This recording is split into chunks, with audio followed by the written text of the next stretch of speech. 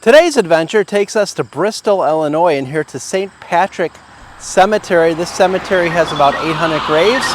Goes back to about the 1880s. I think it started out predominantly as an Irish cemetery. At least looking at some of these monuments in here with the crosses on top is a pretty good indication that it started out as an Irish Catholic cemetery. So come join me as we explore this wonderful old cemetery. As we enter the gates here of St. Patrick Cemetery. First one I come upon that I want to look at is this Morrissey monument. Beautiful zinky. Believe it's a zinky. It looks like a zinky. It's a zinky. Made out of zinc. Mary Morrissey, 1834, 1907. John, 1832 to 1909.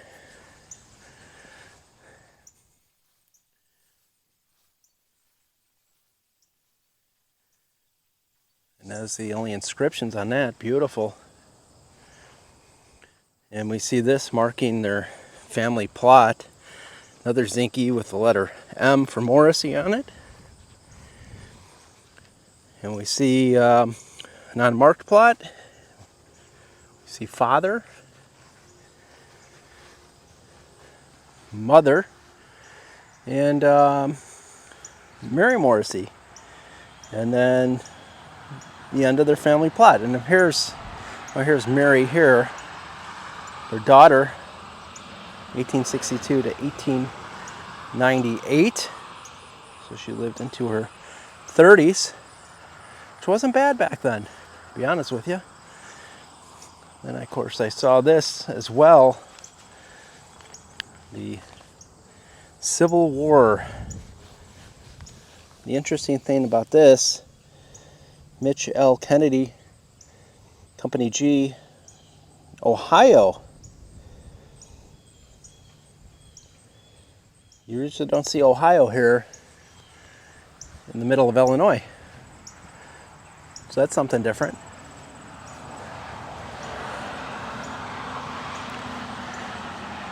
Another beautiful monument. Scully is the name. P.E. Scully, son of M and B. Scully, died, looks to be 1888, about 20 years of age.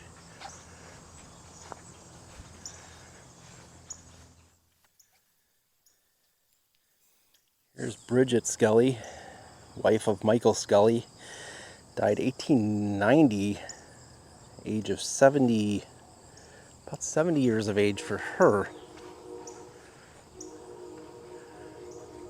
Really great monument.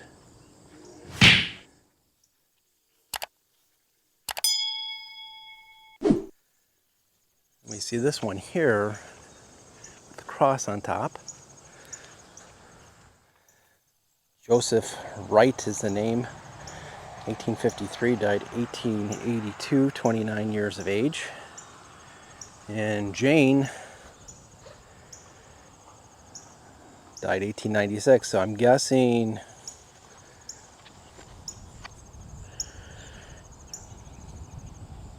Joseph must have been her son.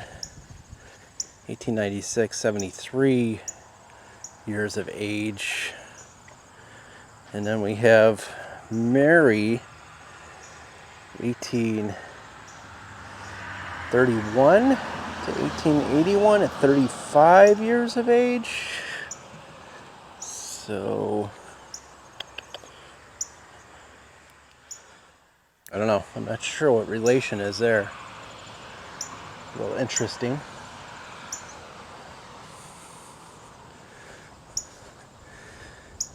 Another monument with the cross atop. John Dowd, this looks like. Born 1866, died 1895. And George Dowd, born 1886, died 1888 on Christmas Eve, the sons. So he was, little George was maybe 2 years old, and John was older, near 30, it looks like.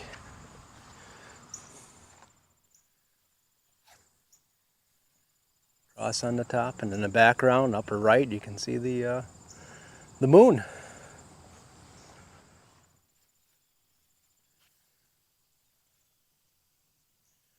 Very nice.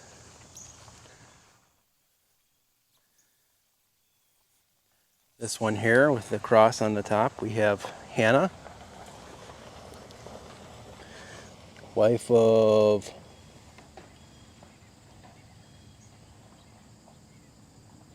I don't know. I don't know. Hoteli?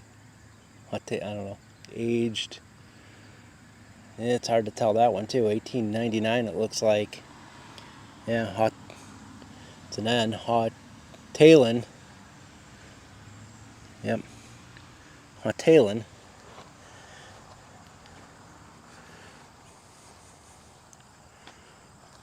The only inscription on that stone. See who we have here. Arnold James Ryan, Illinois.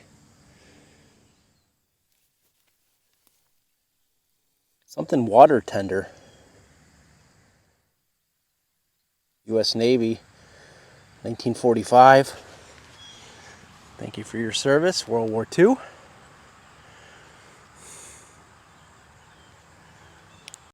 A beautiful, large Celtic crosshair on this monument. Let's see if we can read anything on it. I see 1903, erected by John Dowd and Son.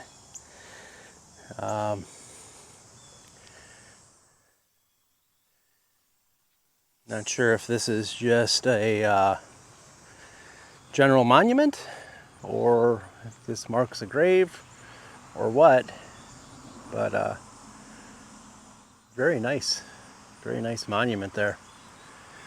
I wonder if these trees, there's 2 trees, were planted at the time this monument was put in. This monument seems to be centered between these 2 trees, and the trees are now pretty well grown.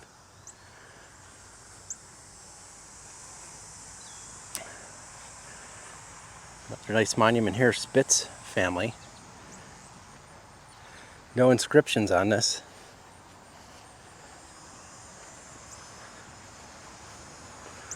However, we do see markers for the Spitz family all around it. As I come back this way, we have Mary and Maria, Jeannie. Yeah, a lot of Spitz family here. Very nice.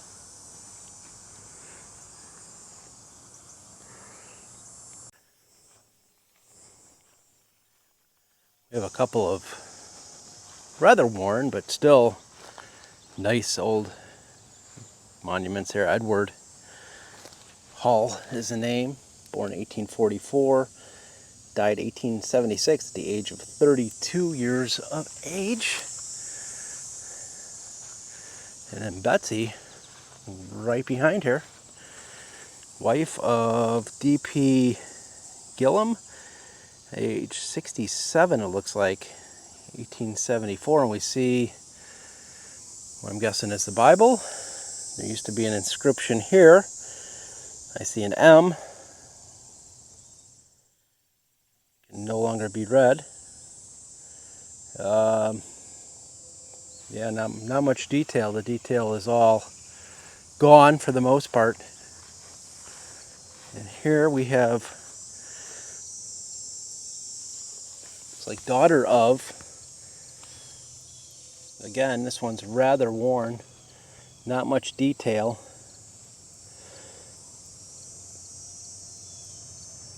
age 3 years of age, 1873. So it's sad to see that. This is a really, really nice monument. Goodale is the name. You can see here where they had some unfinished work here in life, where half of it's finished, half of it is not.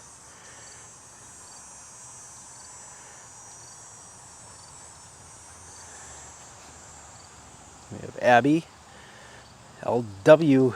Goodale, Gilbert Plank, and Sadie Plank. That's really nice. Let's take a look at this one here, because I see what this family plot used to be marked, no longer marked. You can see where stone used to fit in there. That stone is long gone. But we have Stebbins' family. Died 1893 at 80 years old. And Margaret, his wife, died in 1913 at the age of 86.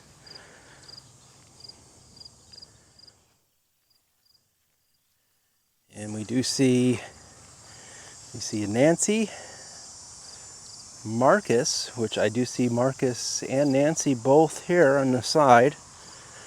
Marcus died 1886 at the age of 37. And Nancy, his wife, died 1894 at the age of 43, so both young. And then we see Margaret here and Galusha, her husband.